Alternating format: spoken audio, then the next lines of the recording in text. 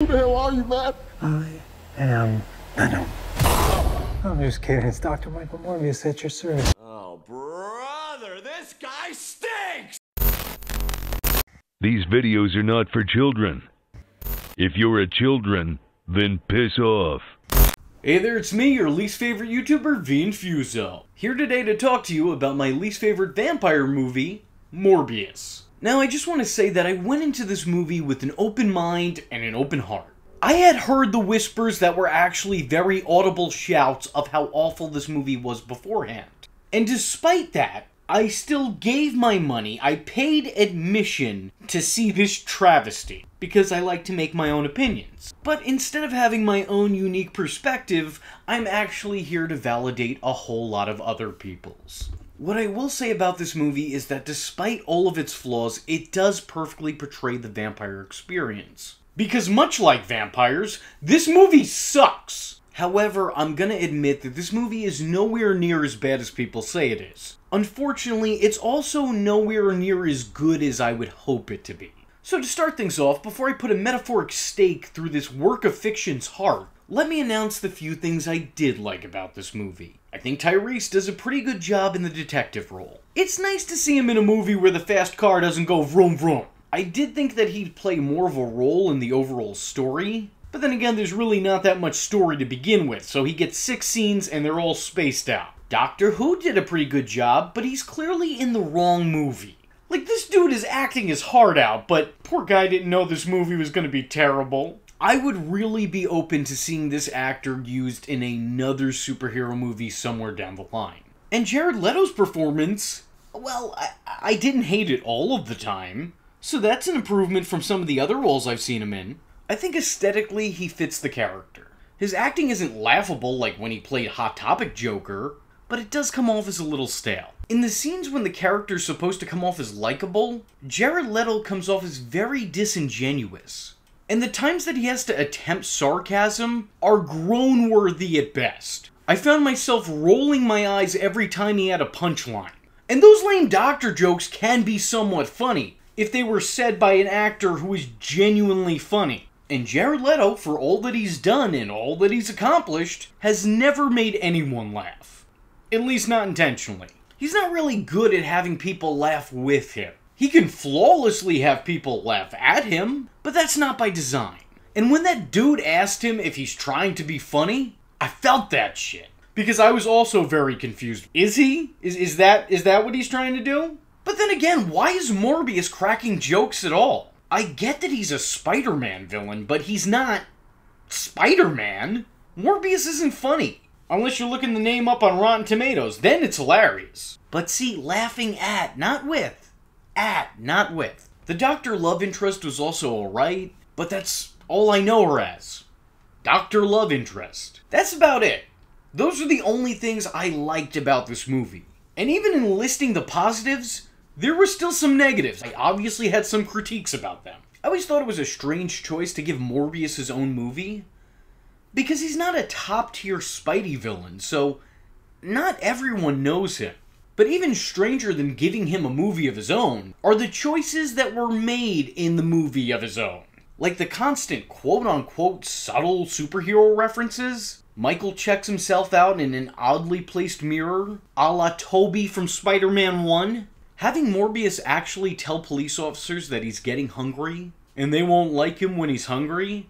Like, really, who is this for? The Venom reference was even worse and more pointless in practice than advertised. Because in the final cut of the film, he doesn't even correct what he just said. He leaves it at, "I'm Venom," and then the scene ends. Just brings me right back to that guy's quote. You trying to be funny? Because I genuinely don't know. And when Morbius steps into his bat chamber that he has in his lab, I can't believe that's a sentence I just said. When he steps into the bat chamber, I swear to God, they play knockoff Batman Begins music. The track sounds dangerously close to music you'd hear in a Christopher Nolan Batman movie.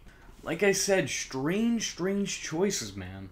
They have CGI blood spill onto the camera and stay on frame as it moves around. why is it on the camera's not even supposed to exist in that moment. Why is there fake blood on a non-existent camera? You know what, clearly I'm at fault, because I went into this movie with an open mind and not an empty mind, like the people who put together this movie went into it with. The effects range from lame to bland. The vampires don't always look bad, but they usually do. Morbius looks cool some of the time, but once again, not all of the time. I guess the villain's vampire face is far worse, but all of it, even the little bit that looks okay, looks very low tier. These faces remind me of those old scary face YouTube videos. You guys remember those? Of course you don't. You're not old enough to remember those. Like, these effects could reasonably be done better by someone on YouTube. And it's wild for what passes as action in this flick. There's a bunch of unnecessary slow motion throughout the entire movie, and I really don't know why. You know, it's a bunch of that shot sped up, shot slowed down, shot sped up, shot slowed down, shot sped back up again at the end. It's a really bad attempt to disguise the fact that they didn't have much to work with. And also, it's very dated. I thought we left that kind of action behind in the mid-2000s. Is that coming back? Could it not? The action was lackluster, and the plot that surrounded it was almost non-existent. The editing can get confusing from time to time, especially in those flashback scenes, cutting back and forth to Michael and Milo's first meeting and then to later points in their friendship, all while staying in their first meeting. It's a little bit much. But even worse than all of that is the fact that this vampire movie can't figure out how vampires work. This movie doesn't stay consistent with the vampirism it sets up. Like, for example, once Michael gets his Dracula on, he becomes more primal and driven by a craving for blood. The guy is full vampire, only able to use his powers when he's not properly nourished. This includes super strength, agility, and flight, I guess. Whatever that is. I don't even want to get into how they portrayed flying in this. It was like they were desperately trying to portray it differently, and they did. They didn't explain, you know, and that's really what you can say about the whole movie. They didn't explain it. So he could use all of these powers when he's undernourished, because he's becoming more vampiric and animalistic. But then when he comes off his Lost Boys kick, he's back to being human. Until later, the movie forgets that and makes him human and weak without blood intake, only allowing him to use his abilities once again once he's had some non-wine red. So which is it? Does he become more like a vampire when he doesn't have blood, or does he get his vampire abilities because he drinks blood? It's one or the other. It can't be both. Like, choose a lane. The movie says that vampires have super hearing, but apparently it's actually super selective hearing. Because the only time Morbius can hear from a distance is when he's listening for his girlfriend or his father figure or his best friend turned worst enemy, because yeah, this movie does that trope. He can only hear them. And it doesn't matter how far away from them he is. Like, it doesn't have to be a reasonable distance. It could be halfway across the earth and he'll still be able to hear them, but only them. His ears don't even have to tune out any other noise or frequency in order to get to them. He just immediately hears them crystal clear. It's like he has a built-in one-way walkie-talkie connected to all those he loves. It's really cheap, it's really lazy, and it's really lame. They also say that Morbius can control vampire bats because he has their DNA inside him. And these bats have accepted him as one of their own due to their makeshift ancestry test. And at the end of the movie, there's this big moment where he summons this horde of bats to go after the movie's big bad, thus defeating him. But that doesn't really make a whole lot of sense, because this movie's big bad is also a vampire man, and he has the same exact DNA in him that Morbius did. So why would they listen to one over the other? Speaking of listening, Morbius uses his abilities to hear Milo and try to track him down. But why is there so much time in between? He could have done this at any point in time. He could have done this earlier. As a matter of fact, he did do this earlier. There was no earthly reason that Morbius couldn't immediately find him again once he somehow lost him. The guy sneezes, farts, or takes a deep breath, and Morbius is on it. He can hear him from a country away. And also, why can't Milo use his same powers to hear and find Morbius? He instead has to track down and threaten his sort of kind of girlfriend in order to find him. It doesn't really seem to make all that much sense. Not to mention, the vampire's need for blood is highly inconsistent. Morbius's colleague cuts her finger on a can of cat food, and that nearly gets her killed, as Morbius has to fight against his own temptations and impulsive instincts in order to not feed off her. However, just moments later, Milo the bad vampire intentionally hurts their father figure, bloodying him up without so much as the intention of draining his vein. And then Morbius shows up a second later to speak to his dying dad with no visible temptation to eat him whatsoever. When Michael is turned into a vampire, he's shown to still very much be the same person, have the same conscience. Yet when Milo is turned, he loses his sense of morality altogether. There's no real explanation as to why that happens. And there's no indication that this was always part of Milo's character before. Unless they're trying to suggest that that one scene where Milo swings his crutches at his bullies was an indication that he's violent. Because if so, that's really bad. Because defending yourself in a physical situation is not an indication that you are a bad person. Milo carelessly kills the man who's taken care of him his whole life, and the woman whose work he funds. Yet he remains attached to Michael all throughout, desperately attempting to get through to him and have him embrace being a murderous fuck. There's no real rhyme or reason, just accept it. The movie says it's so, so it's so. Who are you looking for, logic? You're watching a movie about a vampire, dum-dum. Don't overthink it. Be entertained. Oh, and by the way, it doesn't seem like Jared Leto is properly using the crutches a lot of the time. So much for all that method acting he was doing. Really worth holding up production so you could fake a limp when going to the bathroom. I'm sure that has done wonders for your overall performance. And I really look forward to seeing your Razzies acceptance speech. But the worst part of the movie has to be that by time the credits roll, I still don't feel like I really know any of these characters. I can barely remember any of their names, let alone their traits, if there were any to begin with.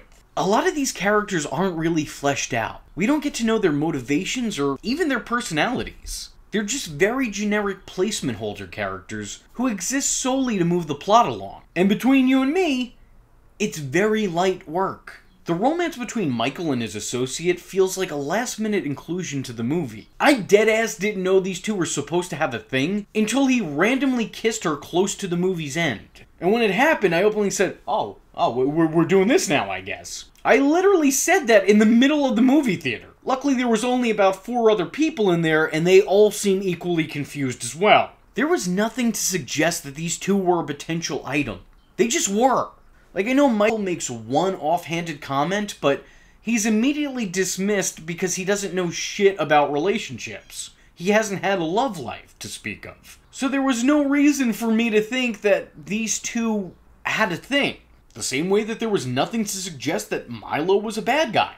And then he was. The lack of logic goes even further, because characters' actions and motivations are constantly conflicting with what the script has them doing. The movie is so thoughtless in the way it does everything. It can't even stay consistent with what its characters are doing from one minute to the next. Morbius is chasing after Milo after learning he's taken a life. After witnessing him take another, he chases him down, they talk a little bit, others get involved, Milo kills them too, and then Morbius doesn't even attempt to save those people, or even stop Milo. He just turns and walks away, despite having no reason to. Also, Milo could be villainous and follow Morbius to further harass him. This isn't the only case of something like this happening in the movie, but it's the best example I have. Nothing in this movie feels significant. It doesn't feel like the movie had anything to say, and most importantly, the movie doesn't seem like it had a story to tell. It doesn't feel like a completed project. It doesn't even feel like a completed concept, if I'm honest with you. Sony's idea for a Morbius movie was just to make it, and then figure out something in post. Ultimately, I wouldn't say this movie is bad so much as it's boring. It's not perfectly pathetic, but it is pointless. Sony took all the worst parts of the Venom movies and decided that those were the portions they wanted to replicate. They took them out, slapped them together, and they made this movie. The hero and the villain are not only the same species, but they also share an origin, ending the movie by defeating the threat and setting up the next threat, who is also another villain that shares the hero's origin and is from the same species.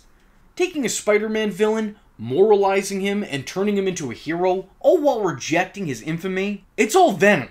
The only difference is it's somewhat warranted with Venom. Because he is an anti-hero. He's never a full-blown superhero. He's never a full-blown villain. He's a constant tweener. He lives between the realms of face and heel. So just pushing him a little bit more toward one way than the other, that makes sense. But Morbius? Not so much.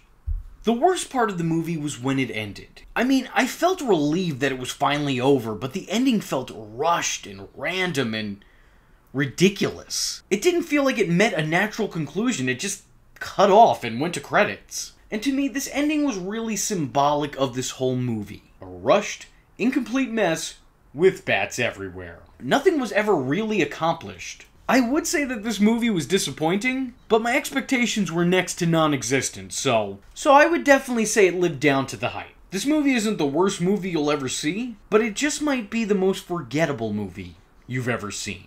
And if you ask me, I think that's kind of worse. Look at movies like The Room or Batman and Robin. These things are so bad that they're funny, and ironically enough, they become a great source of entertainment. That will never happen with this movie. Because Morbius isn't so bad it's funny. It isn't so bad it's good. It's so bad that it's just bad. And that is the worst thing you could be. It does feel like a whole lot of the movie was left on the cutting room floor, but I still don't think that that would have changed it too much either. There wasn't enough time or thought put into this. And quite frankly, it shows. And if you disagree with me and you like this movie, I'm just gonna assume that you're part of Jared Leto's real-life cult. Which again, I want to reassure you is not a punchline, and is in fact a real-life thing. 70% of people enjoyed this movie? Well, I 100% think that that's bullshit. I didn't like Morbius. But if you did like this video, let me know in the comment section below by saying 30 seconds to Mars Volta. Anyway, with all that being said, I was your least favorite YouTuber, Infuso, and I thank you for watching. Hope to see you in the next one. I am vengeance. I am the night, and that was Infuso. Just remember, if you're not tuning in, then you're missing out. So, if you like the words that came out of his mouth hole, and you too would like to become a V-generate, don't forget to like and subscribe. Thanks for watching, nerds! And if you're not joining the fun, you're in for one bad day. And you know what they say about having one bad day?